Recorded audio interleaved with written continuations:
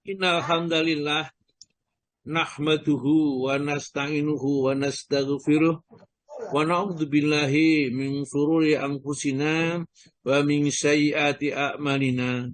May yahdihillahu fala mudhillalah wa may yudlil fala hadiyalah.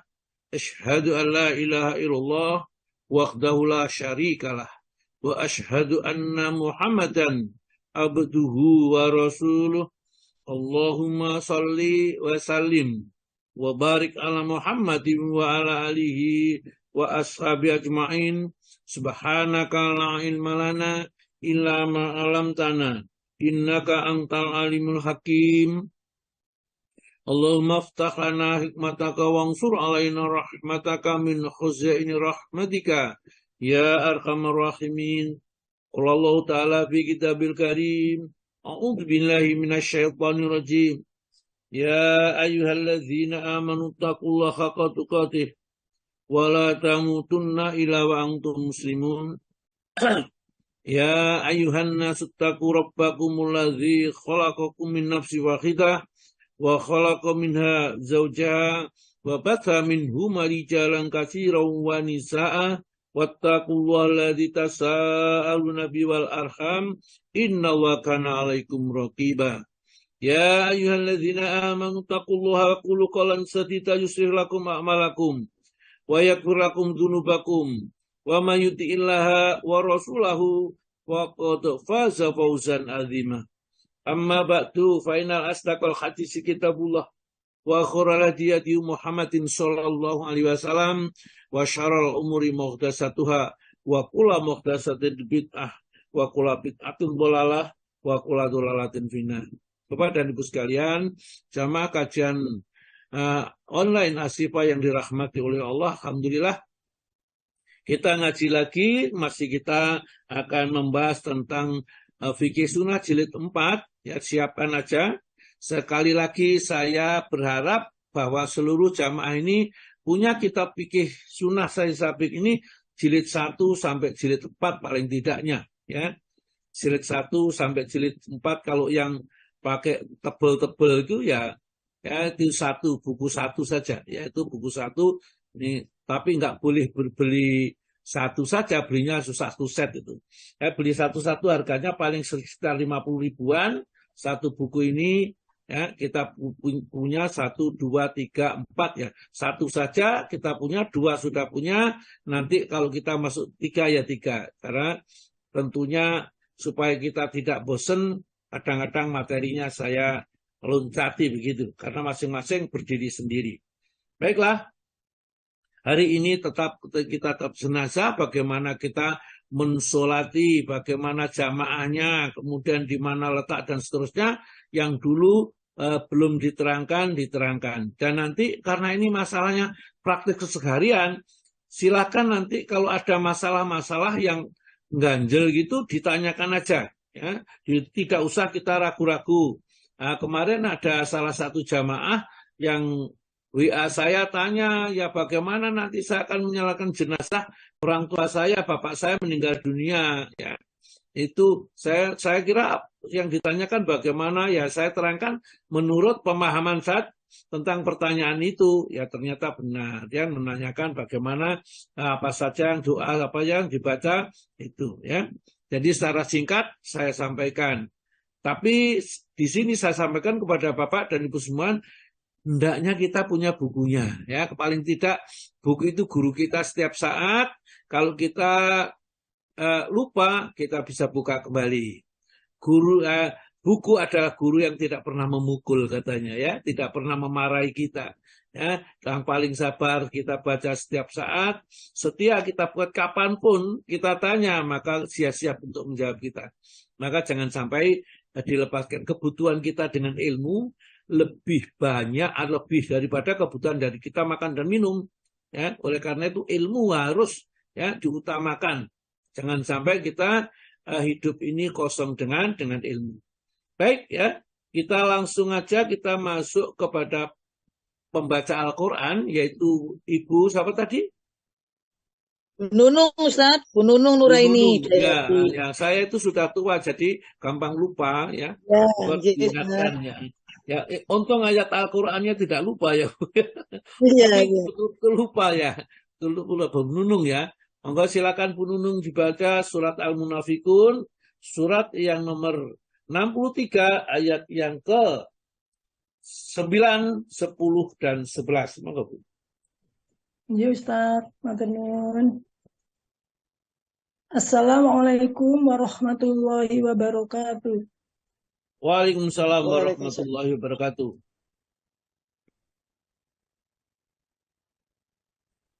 أعوذ بالله من الشيطان الرجيم. بسم الله الرحمن الرحيم.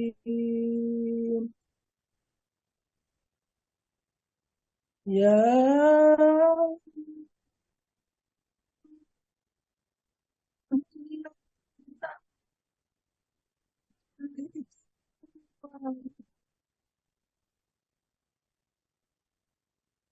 لا تلهكم. Putus-putus Bu Nunung. Enggak kedengaran, bukan putus-putus, enggak kedengaran. Saya ulang Ustaz, matur nuwun. Nggih. يا أيها الذين آمنوا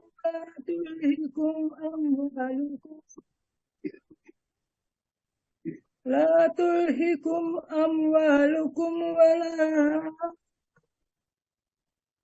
أولادكم عن ذكر الله ومن يفعل ذلك فأولئك هم الخاسرون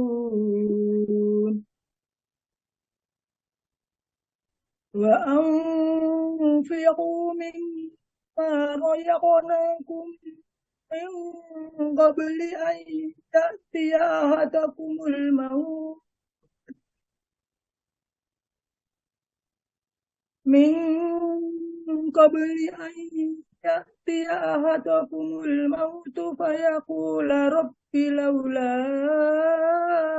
أخرتني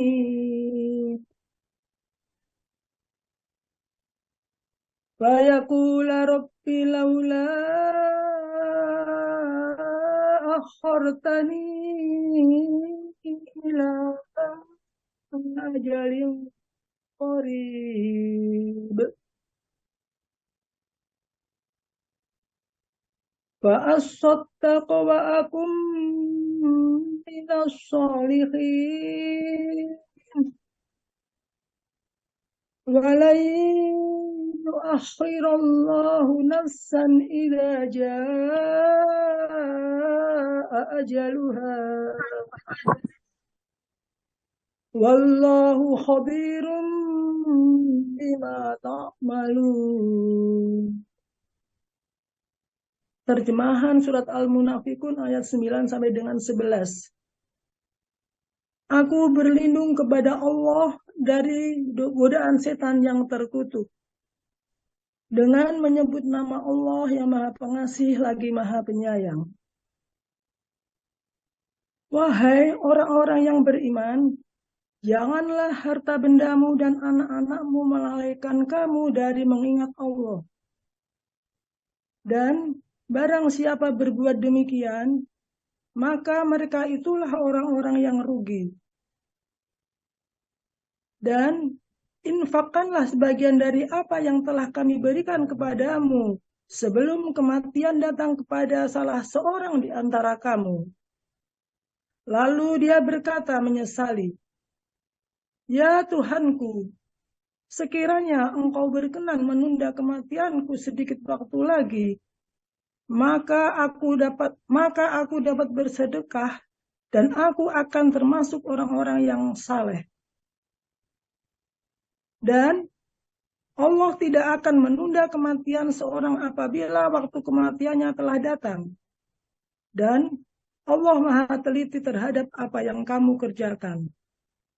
Shadaqallahul azim. Maha benar Allah dengan segala firman-Nya. Wassalamualaikum warahmatullahi wabarakatuh. Waalaikumsalam. Waalaikumsalam warahmatullahi wabarakatuh. Alhamdulillah, terima kasih lah Bu Nunung. Yang mudah-mudahan ya dengan berani membaca ini menjadi lebih baik dan lebih baik ya. Kemudian sudah akhirnya tidak tanggung lagi dengan Al-Quran ini. Ya. Karena kita semua adalah belajar. Ya, kita ingat sebelum kenal dengan Asyifa dulu malah barangkali ada yang belum bisa baca apa-apa. Ya, belum bisa hurufnya, belum bisa. Sekarang sudah bisa, saya lihat sudah bisa. Meskipun masih terbata-bata, tapi bacaannya sudah lumayan sesuai dengan kaidah tajwid sudah ya.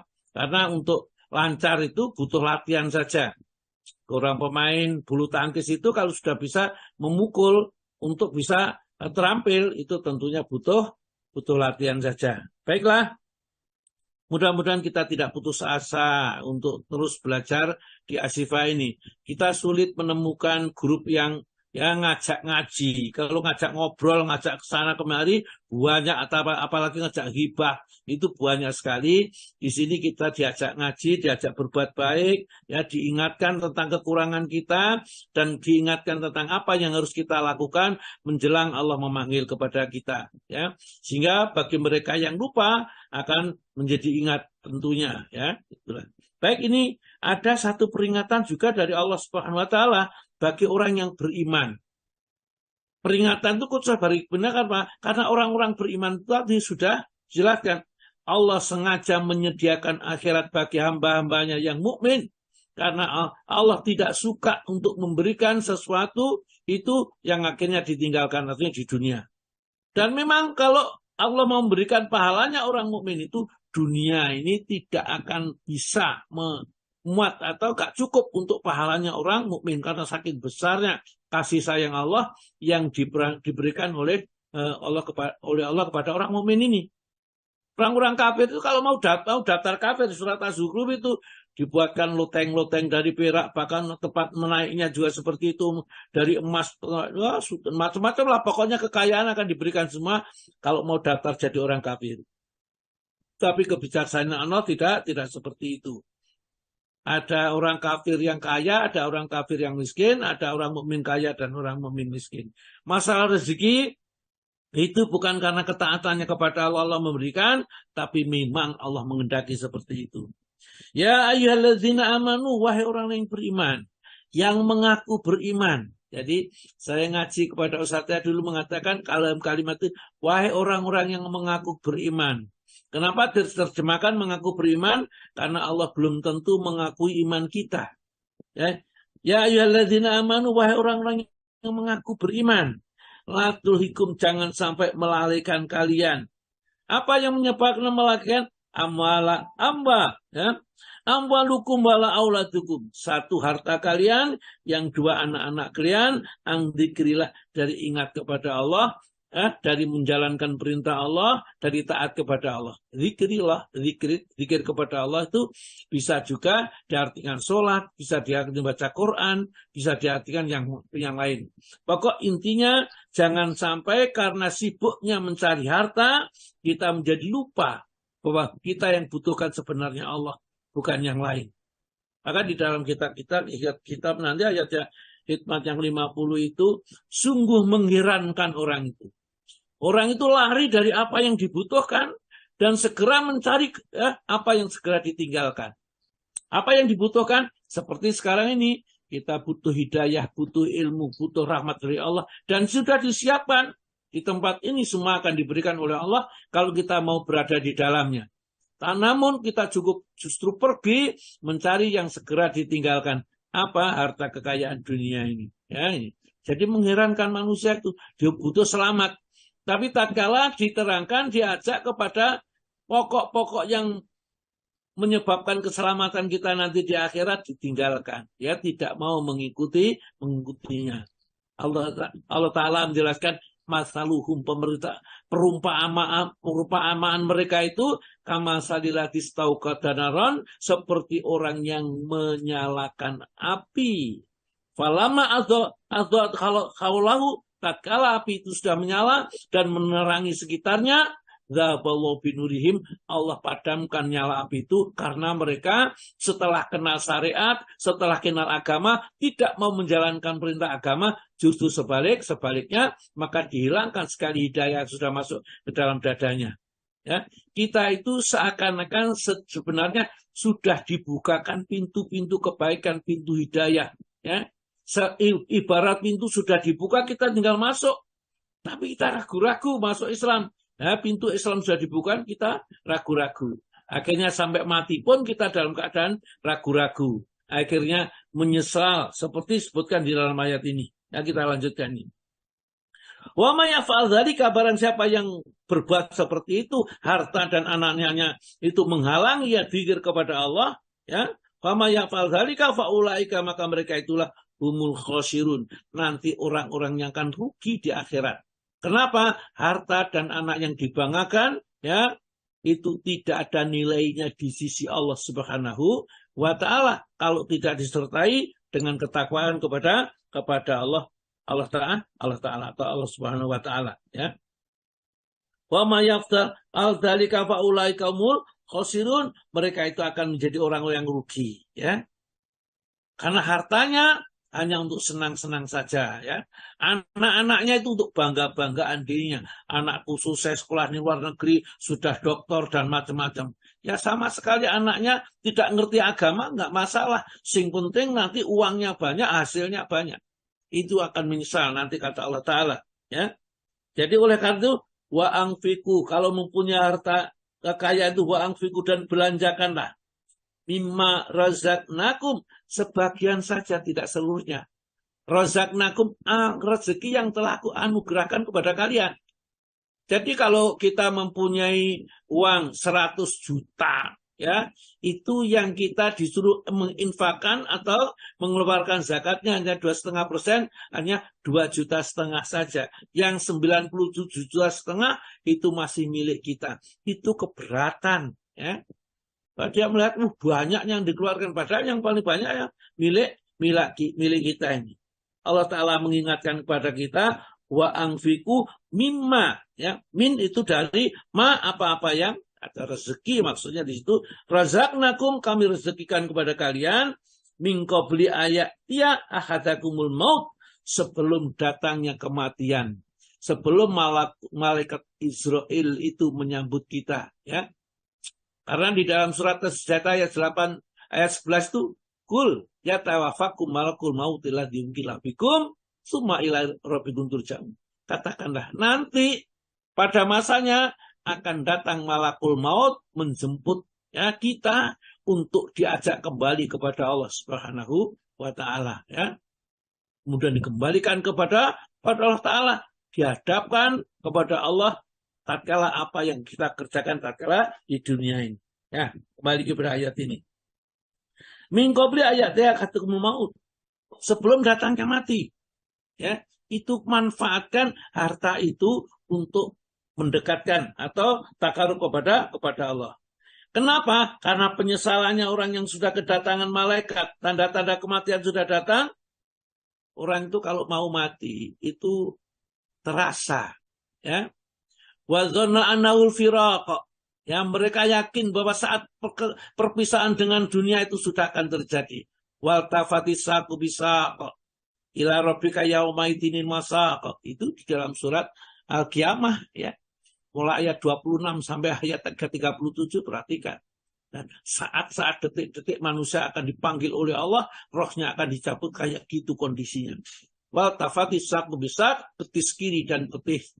Karena itu berhimpitan saking takutnya melihat malaikat yang ditugasi mencabut ruhnya itu sudah tidak ada alasan lagi untuk minta waktu, ya, tidak ada alasan minta waktu untuk tidak dicabut pada hari itu. Di sini dia mengatakan, kata Robbi, ya Robbu, fayakula, maka dia akan berkata, Robbi laula akhirlani, ya Allah, ya Robbu, ya.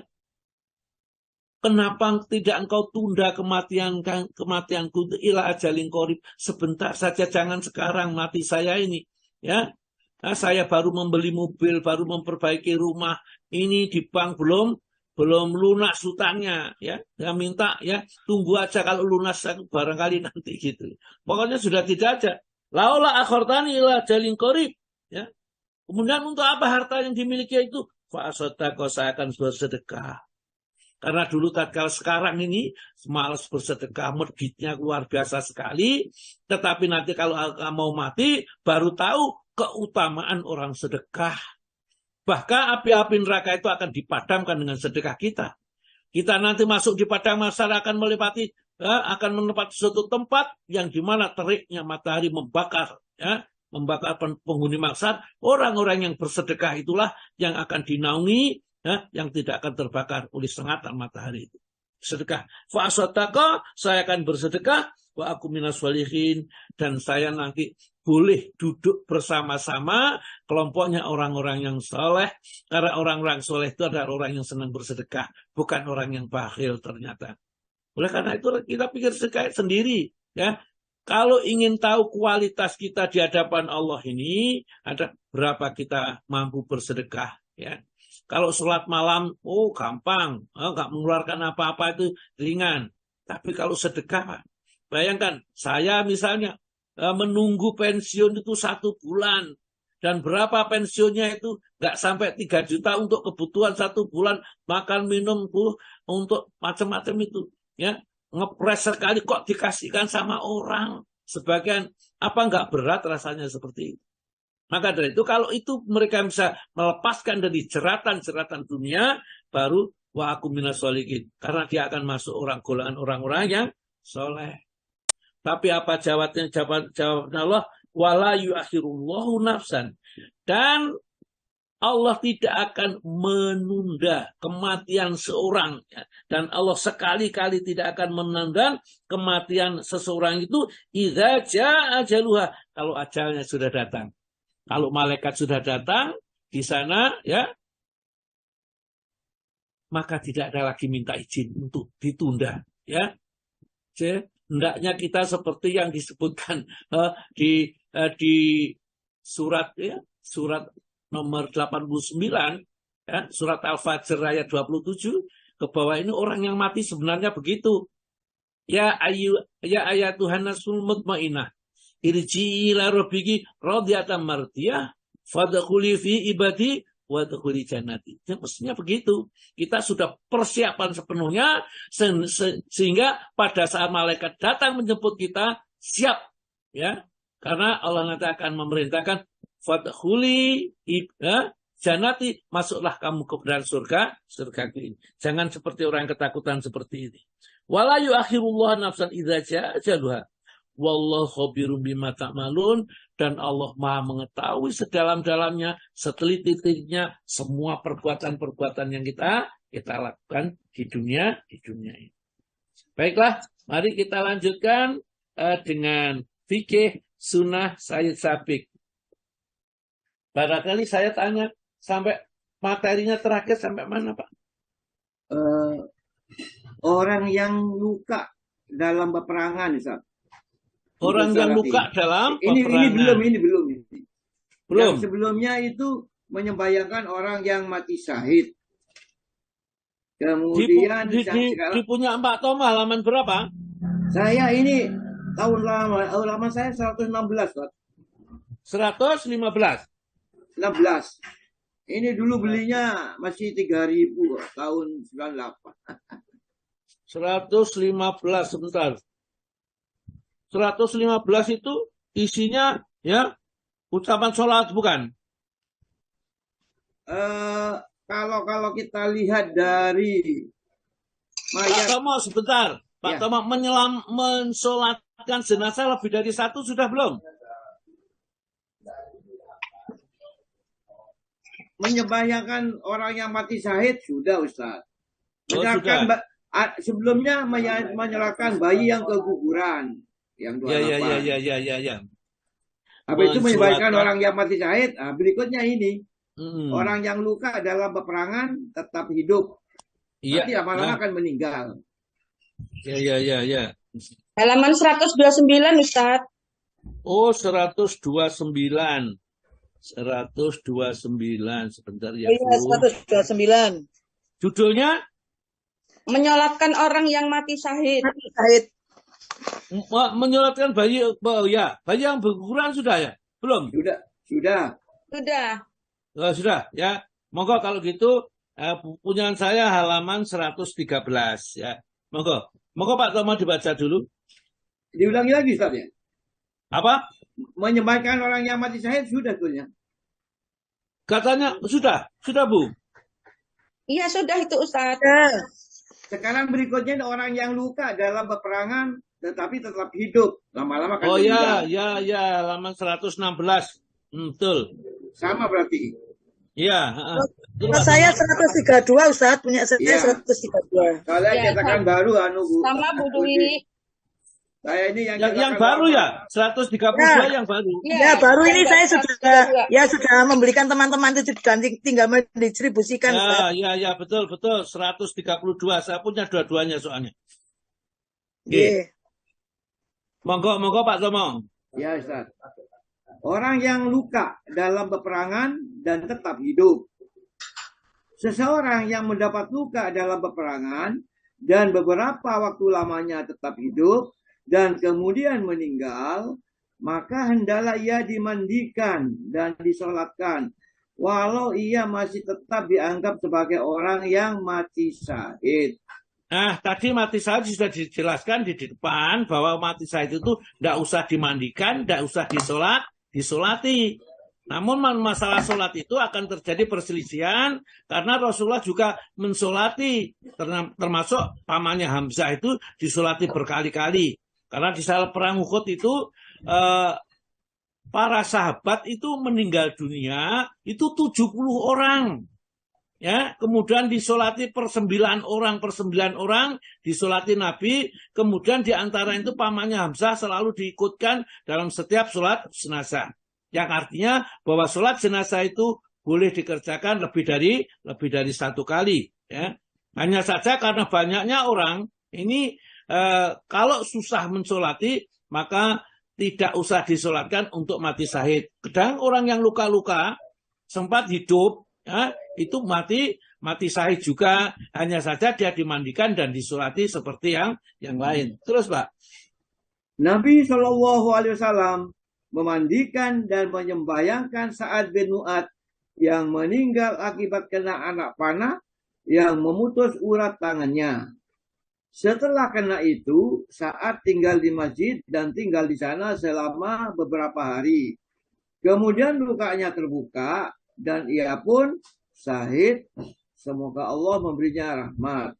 Jadi Sa'ad bin Mu'adz itu terkenal sahabat-sahabat yang luar biasa sekali pembelaannya kepada Nabi. Ya, suatu saat dia terluka parah, ya. Karena terluka parah dan tidak sampai mati, akhirnya dibawa ke masjid. Setelah dibawa ke masjid, darahnya banyak keluar. Ya. Beberapa hari kemudian dia meninggal dunia. Dan pada saat itu Sa'ad bin Mu'adz itu tetap dimandikan dan tetap dikafani, kemudian disolati meskipun dia tetap dianggap mati syahid. Jadi syahid yang seperti itu ya tetap disolati. Terus Pak, seandainya hidupnya itu hanya sebentar waktu, misalnya ia masih sempat berbicara atau minum, kemudian meninggal, maka tidak dimandikan dan tidak disolatkan. Terus berkata para pengebuku Al-Mughni, seseorang laki-laki mencitrakan pengalamannya. Waktu menaklukkan Syria, katanya, saya membawa air dan dengan maksud hendak memberi minum kepada sepupuku. Seandainya ia masih bernyawa.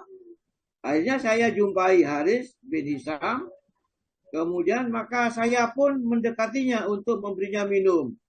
Rupanya ada orang laki-laki yang memandang kepadanya sehingga Haris pun memberi isyarat kepadaku agar memberi orang itu minum lebih dulu. Ketika saya pergi mendapatkannya, tiba-tiba ada pula orang lain yang memandang kepada orang ini sehingga ia pun memberi isyarat kepadaku agar memberinya minum lebih dahulu. Kesudahannya mereka itu meninggal. Dan tak seorang pun di antara mereka itu yang dimandikan dan disolatkan. Padahal mereka meninggal itu adalah setelah usianya, maksudnya setelah usainya peperangan. Ya, jadi kalau yang diambil dari segi fikihnya, bahwa orang yang masih hidup setelah selesai peperangan dalam keadaan luka parah, kemudian dia akhirnya matinya tidak sedang dibunuh oleh orang kafir, maka tetap hukumnya syahid, dan mereka akhirnya dia masih tidak meninggal di sini. Ini ceritanya adalah seorang itu mencari sepupunya yang perang. Nah, ternyata dia di Syria itu perang dalam kondisi yang sudah sakit parah sekali. Dia kena luka-luka, ya, di suasana panas dan haus sekali. Itu dia membawa minuman untuk diminumkan sepupunya ini. Tiba-tiba setelah dia mau diberi minum karena ketemu dalam kondisi sudah kehausan sekali, mau diberi minum, tiba-tiba ada sebelahnya yang juga kehausan luar biasa, ya. Kelihatan melihat orang mau diberi minum itu, rasanya kok kepengen diberi minum dia. Akhirnya si penaknya tersebut minta supaya jangan, orang itu dulu kan dikasih minum saja, ya. Begitu mau diminumkan orang sebelahnya yang dilihat oleh kesepupunya tadi, orang itu juga orang lain melihatnya kepengen minuman itu. Orang itu minta supaya diminumkan orang yang lain yang mau diminumi lagi. Sampai terus beberapa orang, sampai entah 7 atau 5 orang. Kemudian akhirnya orang yang ditujunya itu akhirnya meninggal dunia. Kembali lagi kepada yang mau diminumi. Ya, mati juga, kembali mati. Sampai ke sepupunya, mati semuanya. Nah, itulah orang yang dalam kondisi seperti itu saja pada saat itu masih mengutamakan orang lain, ya, di samping dirinya. Padahal dirinya sangat butuh minuman, ternyata orang lain itu yang suruh mengutamakan biar diajak minum. Ya, saya gampang nanti, ya. Nah, itu. Kemudian setelah itu juga begitu mengutamakan. Jadi kalau kita ambil kesimpulan daripada kisah, ya, di dalam kitab Fikih Sunnah ini, kalau dari segi fikihnya bahwa orang yang sempat kena luka kemudian mati setelah peperangan tetap dimandikan, ya. Kalau ini tidak dimandikan juga boleh. Jadi memandikan dan tidak dimandikan kalau sudah terjadi peperangan itu adalah diberi kebebasan, demikian juga disolatkan. Itulah sebabnya kalau ditinjau dari segi perasaannya, ya, ternyata masing-masing sahabat itu lebih mengutamakan orang lain daripada dirinya sendiri. Dia sendiri sudah kehausan mau mati, ya, masih memperhatikan orang lain yang kehausan seperti dirinya, ya. Jadi dia mau berkorban untuk orang lain. Luar biasa masih kondisinya para sahabat itu semuanya. Maka Pak, terusnya sholat terhadap orang yang tewas di dalam perjalanan menjalani hukuman. Sholat terhadap orang yang tewas dalam menjalani hukuman. Barang siapa yang tewas sewaktu menjalani hukuman, hendaklah dimandikan dan disolatkan. Berdasarkan hadis yang diriwayatkan oleh Imam Bukhari dari Jabir, yang artinya ada seorang laki-laki dari Aslam datang menemui Nabi SAW dan mengaku telah berzina. Nabi pun berpaling dari orang itu hingga ia mengakui perbuatannya sebanyak 4 kali. Lalu ditanyakan oleh Nabi, apakah Anda ditimpa sakit ingatan? Tidak, ujarnya. Apakah Anda sudah kawin? Tanya Nabi pula. Sudah, ujarnya. Maka Nabi pun menyuruh agar orang itu dihukum. Maka ia pun dirajam dalam lapangan terbuka tempat sholat Id. Dan ketika badannya telah luka-luka oleh batu, ia pun lari, tetapi dikejar dan dirajam lagi sampai mati. Nabi SAW kemudian mengucapkan kata-kata yang baik terhadap orang itu dan menyolatkannya. Terus berkata Imam Ahmad, setahu kita Nabi SAW tidak pernah tidak menyolatkan seorang pun kecuali terhadap orang yang menggelapkan harta rampasan dan yang bunuh diri. Nah, ini dari segi fikihnya, dari segi fikih itu bahwa orang meskipun berbuat maksiat yang besar dosanya, kalau mati tetap disolati. Itu dari segi fikihnya. Kemudian dari segi akhlaknya ya, atau dari sisi lain yang fikihnya, orang yang berbuat dosa itu jangan minta dihukum di dunia. Mohonlah ampun kepada Allah supaya Allah mengampuni, karena hukuman di dunia tidak akan kuat kita terima. Ya, maksudnya orang itu supaya dihukum di dunia, nanti di akhirat tidak dihukum gitu loh. Ya, maka dari itu tak kala orang itu datang kepada Nabi, ya Rasulullah, saya sudah berbuat zina. Rasulullah pura-pura tidak dengar. Dia tahu dia membuang muka ke arah kanan, kemudian datangi arah kanan, kemudian membuat muka ke arah kiri, dan seterusnya. Kemudian sampai berkali-kali dia itu kok minta dihukum sama Nabi dengan hukum Allah. Ya, sampai dikatakan, apakah kamu ditimpa penyakit ingatan? Apakah Anda ditimpa sakit ingatan? Gendeng aku niku kok jaluk hukuman di dunia, gampangannya gitu lah. Karena berat sekali. Dia mengatakan tidak. Ya, saya itu akalnya cukup sehat. Maka Nabi kita, apakah kamu sudah menikah? Kalau begitu itu.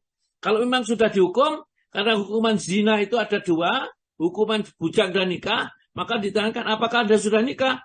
Dia mengatakan sudah nikah, maka dia dihukum rajam, yaitu dibuatkan lubang di tempat tanah lapang yang disajikan orang banyak, kemudian dibenam kan sampai di dadanya atau lehernya begitu, kemudian dilempari batu sebesar telur itu sampai hampir mati.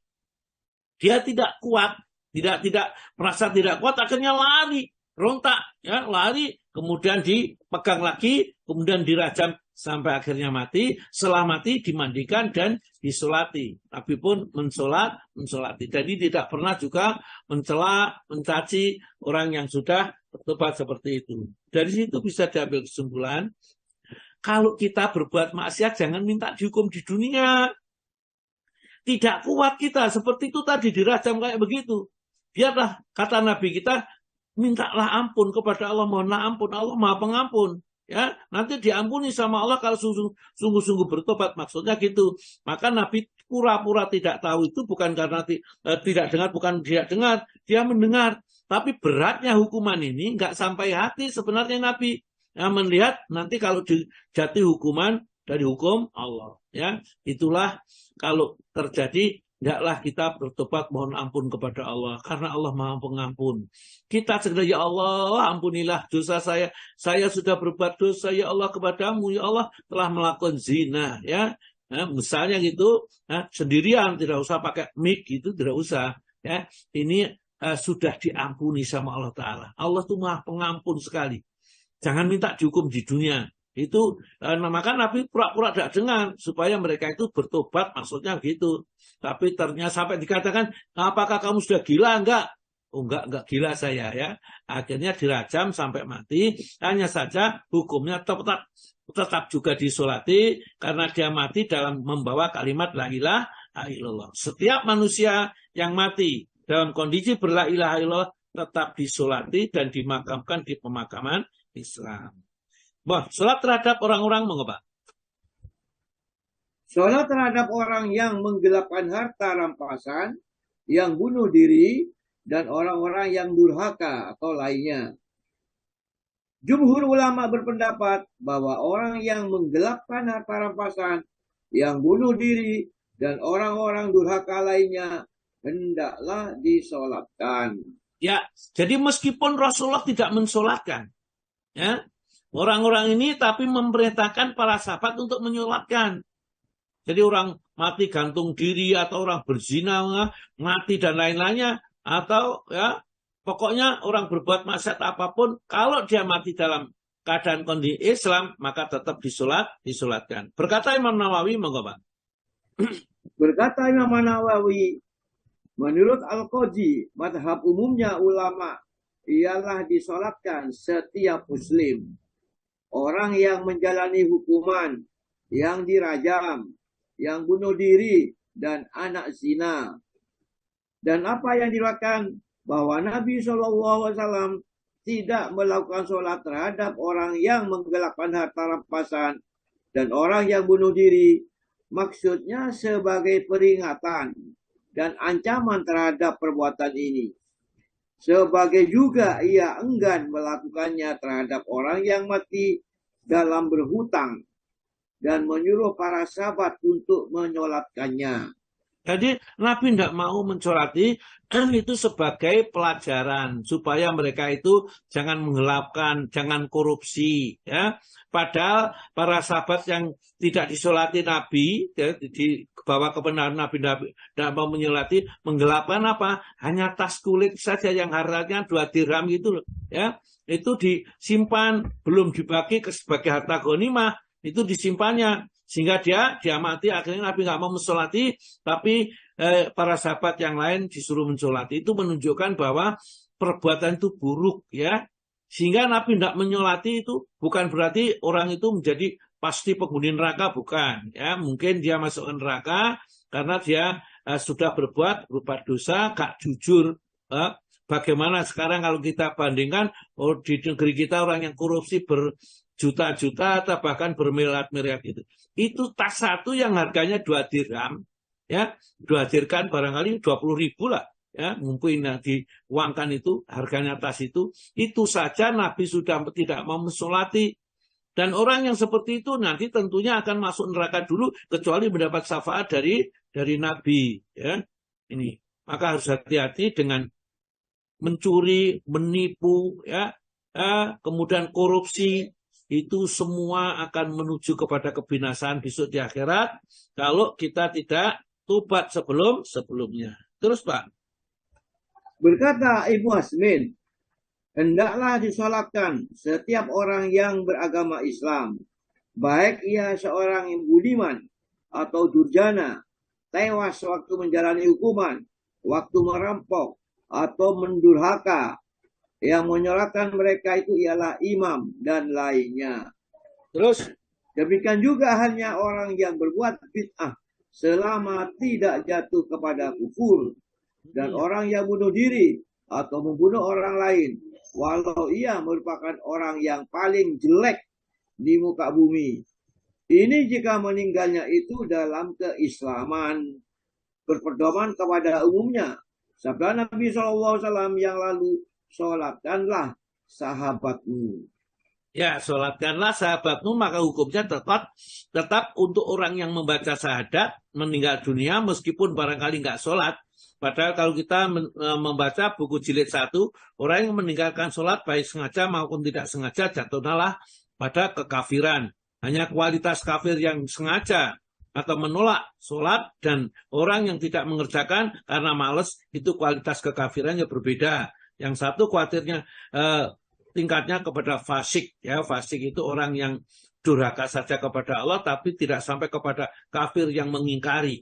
Ya, dia kalau mati masih disolati, masih dimakamkan, dinamakan Islam. Tapi kalau sudah menolak Islam itu, ya seperti bid'ah, kalau bid'ahnya sudah menuju kepada kesirikan yang mutlak syirik, maka mereka itu ya sudah dianggap kafir, ya tidak disolati. Tapi kalau pelaku bid'ah umpamanya, apalagi bid'ah syariah itu, ya, orang ada yang mengatakan ini bid'ah, yang mengatakan tidak bid'ah, apalagi kalau itu diperselisihkan masalahnya, maka tetap disolati. Maka terus Pak. Sedang setiap muslim itu merupakan sahabat bagi kita. Berfirman Allah Ta'ala yang artinya, sesungguhnya orang-orang mukmin itu bersaudara. Dan firman-Nya pula yang artinya orang-orang mukmin baik laki-laki maupun wanita, sebagian mereka menjadi pembela bagi yang lainnya. Terus, maka orang yang melarang menyolatkan seorang muslim berarti ia telah mengeluarkan ucapan yang berat sekali tanggung jawabnya. Apalagi orang yang fasik itu lebih memerlukan doa saudara-saudaranya sesama muslim, ya, sesama mukmin, dan pada orang yang budiman yang dirahmati oleh Allah. Diterima riwayat yang sah bahwa seorang laki-laki meninggal di Khaybar. Maka bersabdalah Rasulullah SAW, sholatkanlah sahabatmu ini, ia bersalah melakukan penggelapan waktu perang Sabil. Dan ketika diperiksa barang-barangnya, yang dijumpai ialah sebuah tas kulit yang harganya tidak sampai 2 dirham. Iya, ya, begitu. Nah, diterangkan bahwa bahayanya orang yang korupsi itu diterima pula. Diterima pula riwayat yang sah dari Atta menyolatkan anak zina. Begitupun ibunya yang melakukan perzinaan itu. Sepasang orang yang dikutuk, orang yang dihukum pancung, dihukum rajam, dan orang yang lari dari medan pertempuran, lalu dibunuh. Maka kata Atta, saya tidak akan meninggalkan sholat terhadap orang yang membaca la ilaha illallah. Iya, betul. Terus Pak, Firman Allah Ta'ala yang artinya setelah nyata bagi mereka bahwa orang-orang itu adalah penduduk neraka. Diterima lagi berita yang sah bahwa Ibrahim Nakhai mengatakan bahwa mereka tidak meninggalkan sholat terhadap seorang pun dari ahli kiblat, juga terhadap orang yang bunuh diri sekalipun. Katanya pula orang yang dirajam pun hendaklah juga disolatkan. Ya, jadi intinya bahwa setiap orang yang meninggal dunia, kalau di dalam dirinya masih ada kalimat la ilaha illallah, maka tetap tugas kita mensolati. Jadi mensolatkan itu bukan kepentingan mayatnya, kepentingan kita sendiri. Terus Pak, diriwayatkan? Diriwayatkan pula dari Ibnu Sirin, katanya, tak seorang pun yang saya jumpai merasa dirinya berdosa bila melakukan sholat terhadap orang-orang yang ahli kiblat. Dan Abu Ghalib pernah bertanya kepada Abu Umamah Al-Bahili, apakah seorang peminum tua disolatkan? Maka ujarnya memang. Mungkin suatu ketika ia sedang berbaring di kasur, ia mengucapkan la ilaha illallah sehingga diampuni oleh Allah.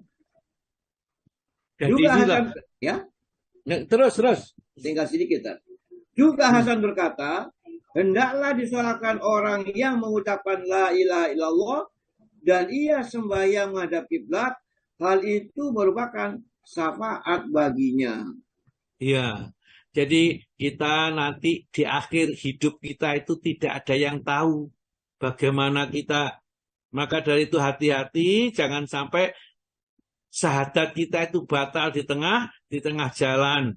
Sehingga kita tidak mendapat syafaat. Karena syafaat Nabi itu hanya untuk orang-orang yang mengucapkan la ilaha illallah betul-betul ikhlas dari murni dari hatinya.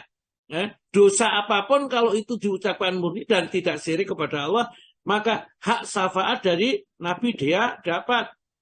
Dan kalau Nabi sudah mensyafaati karena sudah diizinkan oleh Allah, maka itu adalah rahmat yang diberikan oleh Allah kepada orang itu. Maka kita jangan sampai kita batal syahadat kita. Jadi dalam satu hadis suci yang diriwayatkan oleh Imam Tirmidzi, seandainya hambaku datang kepadaku besok di hari kiamat dengan membawa dosa sepenuh bumi, sedangkan dia ketemu aku dengan tidak syirik sedikit pun, maka akan aku ampuni dengan pengampunan sepenuh bumi itu pula. Itulah keuntungannya orang yang senantiasa berpegang kepada la ilaha illallah sampai mati.